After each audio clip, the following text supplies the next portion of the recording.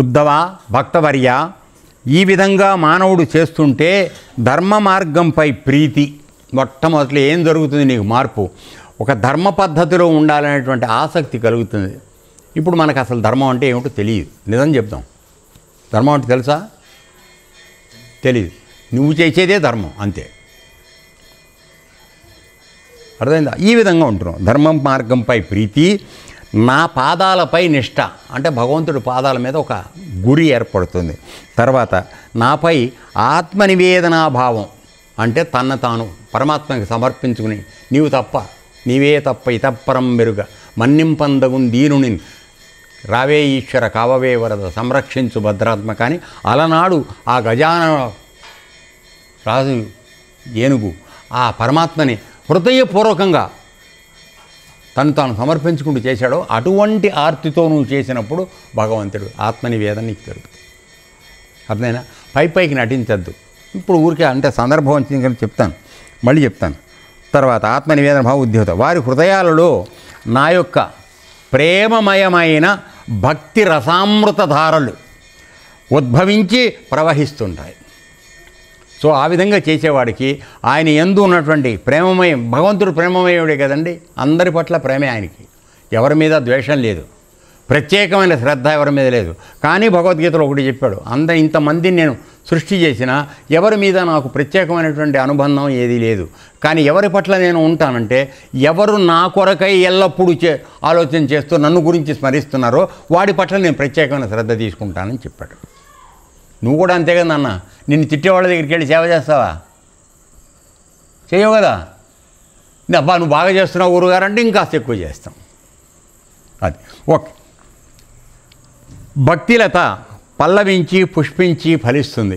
అంటే భక్తి అనేది ఒక లత, అంటే లతకి ఎప్పుడు కూడా ఒక ఆధారం ఉండాలి, ఒక కట్టె, అది ఉంటే దాన్ని చుట్టుకుని పైకి పెడుతూ ఉంటుంది కదా. లత అంటే తెలుసా? మల్లె తీగ, మాలతీ లత, ఇవన్నీ సన్నగా ఉండి మనం కట్టె పెడితే దాన్ని చుట్టుకుంటూ పైకి పెడతాయి. సో ఆ విధంగా నీ యొక్క భక్తి అనేది ఒక లత లాంటిది. కాబట్టి దానికి ఆధారం ఏమిటి? పరమాత్మ.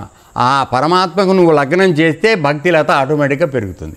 దానికి అంతరార్థంలో మీకు తెలియదు, యోగం తెలిసిన వాళ్ళకి చెప్పాము మేము ఏమిటంటే, నీ దగ్గర ఉన్నటువంటి మేరుదండం వెనకాల వెన్నుపూస ఏదైతే ఉందో ఆ వెన్నుపూసను నిటారుగా ఉంచోబెట్టి నీ యోగ సాధన అనే దానికి ఆ లతను అందిస్తే అది చుట్టుకుంటూ వెళ్ళి పైన సహస్రారాన్ని చేరుతుంది. మానవ జన్మ ఎత్తిన ప్రతివాడు చేయవలసినటువంటి అత్యంత ప్రముఖమైనటువంటి అవసరమైనటువంటి కర్మ ఇది. అది వదిలేసి మిగతావి ఏం చేసినా ఈ జన్మే వృధా. నన్ను మన్నించండి ఈ మాట అన్నానని. మనం చేయాల్సిన పని చేయకుండా మిగతావన్నీ చేస్తున్నాం. ఇది కాదు మనం చేయాల్సింది. తర్వాత ఎవరిలో నా భక్తి ఇలా వృద్ధి అవుతుందో అతనికి మరొక వస్తువుకు కొరత ఉండదు. దీని గురించి అనుకుందాం. ఏమిటి కొరత ఉండదంటే అర్థం ఏమిటి? నువ్వు 24 గంటలు పక్కవాడికి ఏదైనా చేద్దామనే ఉద్దేశంతో ఉన్నావు కదా. భక్తి అంటే ఏమిటన్నా, అంతే కదా. సో అలా ఉన్నప్పుడు నీకు సప్లై చేయక ఆయన ఇంకెవడికి సప్లై చేస్తాడు? ఇక్కడ ఆశ్రమంలో దేనికి కొరత ఉండదు. లేదు అన్నా కూడా మధ్యాహ్నానికో సాయంత్రానికో వచ్చేస్తుంది, అంతే.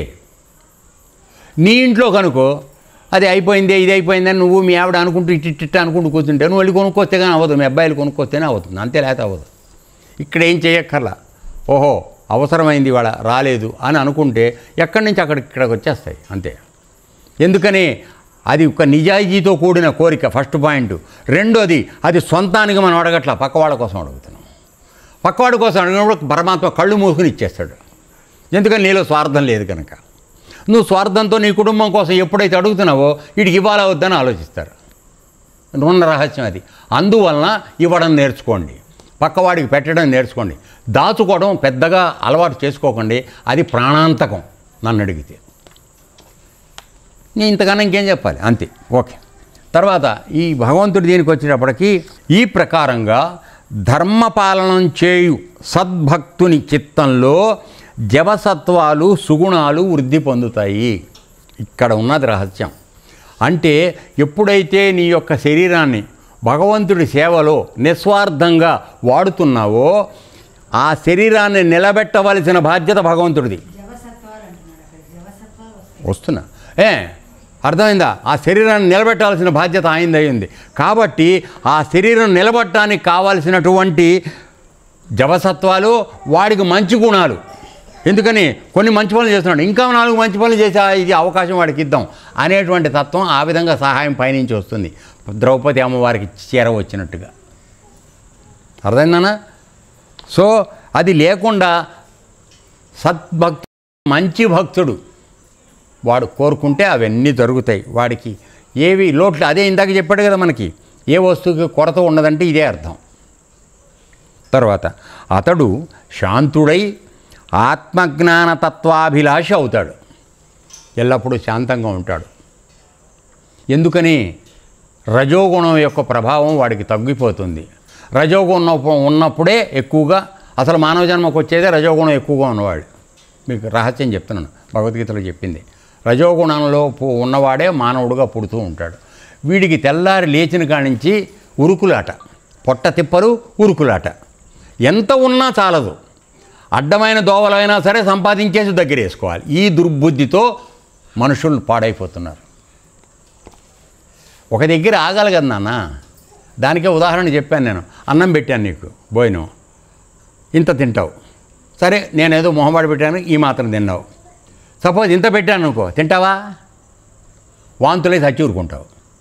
అదే డబ్బు విషయంలో ఒక కట్ట వేసా, అన్నీ ఉన్నాయి కదా, ఇంకో రెండోది కూడా ఇస్తే బాగుండు అనిపిస్తుంది నీకు. రెండోది వేసా, మూడోది వేసా, నాలుగోది వేసా, మొత్తం వేసే వరకు నీ దృష్టి ఆనదు.